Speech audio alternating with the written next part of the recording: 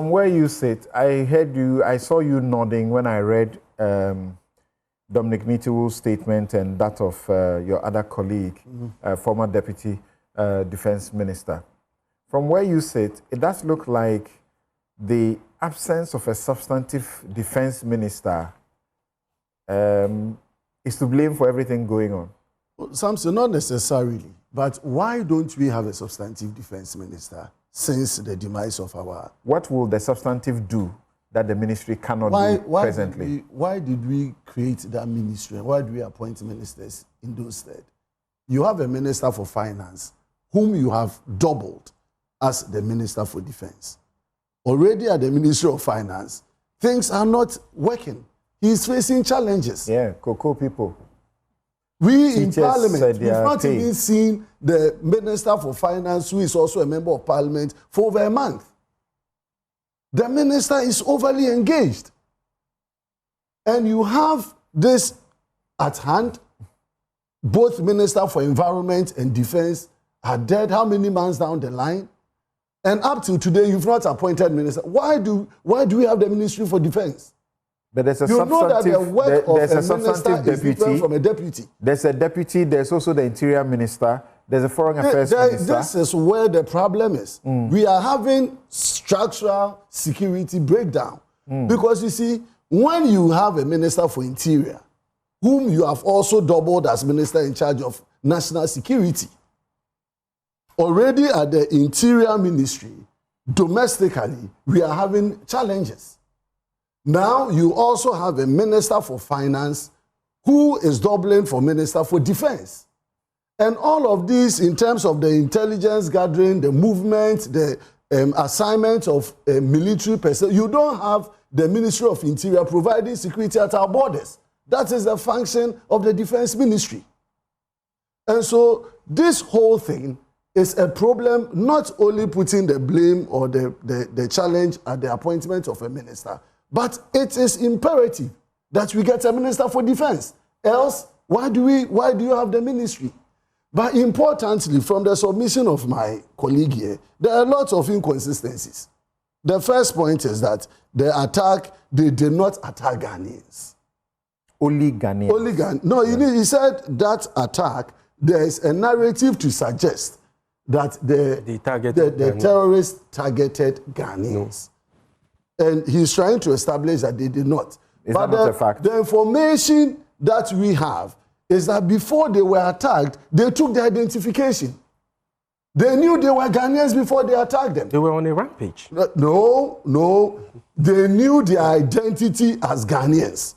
So if they had no intention of killing the Ghanaians, they would have let them go. So you cannot single out the fact that... He's not saying that they didn't intend to kill Ghanaians. What I heard him say, and you have repeated, is that they didn't target Ghanaians. Absolutely. So there were other casualties. So when they identified that they were Ghanaians, if the jihadists don't have a reason because of whatever information is available to them, the fact that Ghana's position today encouraging the relationship or supporting the work of the Burkina Faso government, and so if jihadists have issues with the government, they would reasonably see Ghanaians as a means of attack. So that's your point. Exactly so. That's President Mahama or Ghana's relationship with Tuareg is to blame. They are all mixed and they are all part. These are all matters that if you are talking about your intelligence and security briefing, and the relationship, our foreign relationship, and our engagement with our partners in those countries, we should also be careful about the way we respond to these things. What happened to good neighborliness? What should the government of Ghana be doing? Say that because you are undemocratic, we don't want to have anything to do with you. Is that it? No. Okay. We've had several instances where there have been military juntas across West Africa. There's been position of ECOWAS in these matters. Governments of Ghana have always called for these countries to come back to multi-party democracy.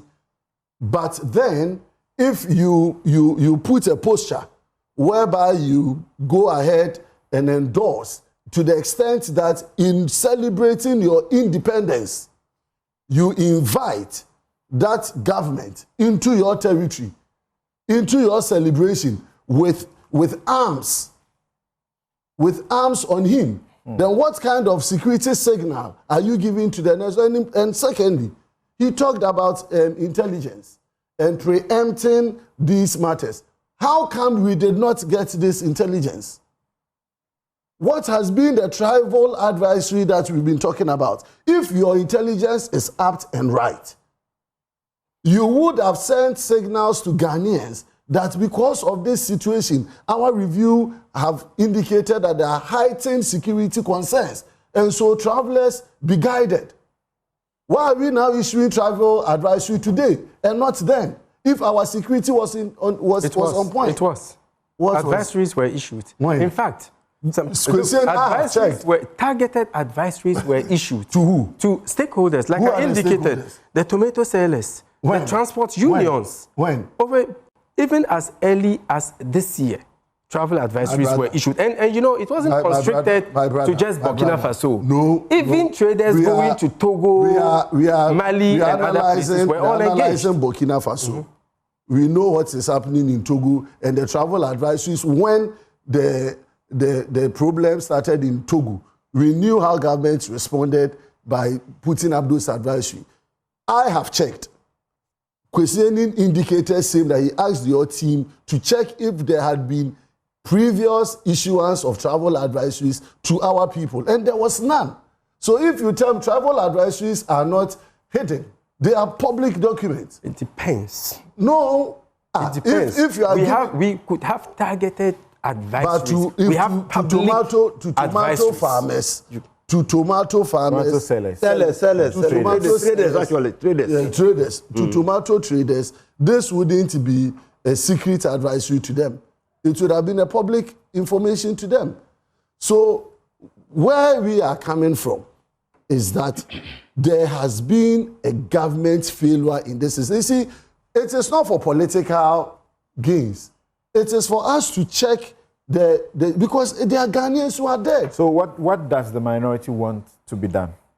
We have said that there's much more to what we are First appoint a defense minister, then what? That is something I'm surprised the president, how many months down the line has not. And I know, as we speak now, he is taking counsel in that regard. He had promised that after the Christmas festivities, New Year festivities. He did. But he would do that. And this is where we are in February. Yes. You see, so there is more to the information we are receiving from government.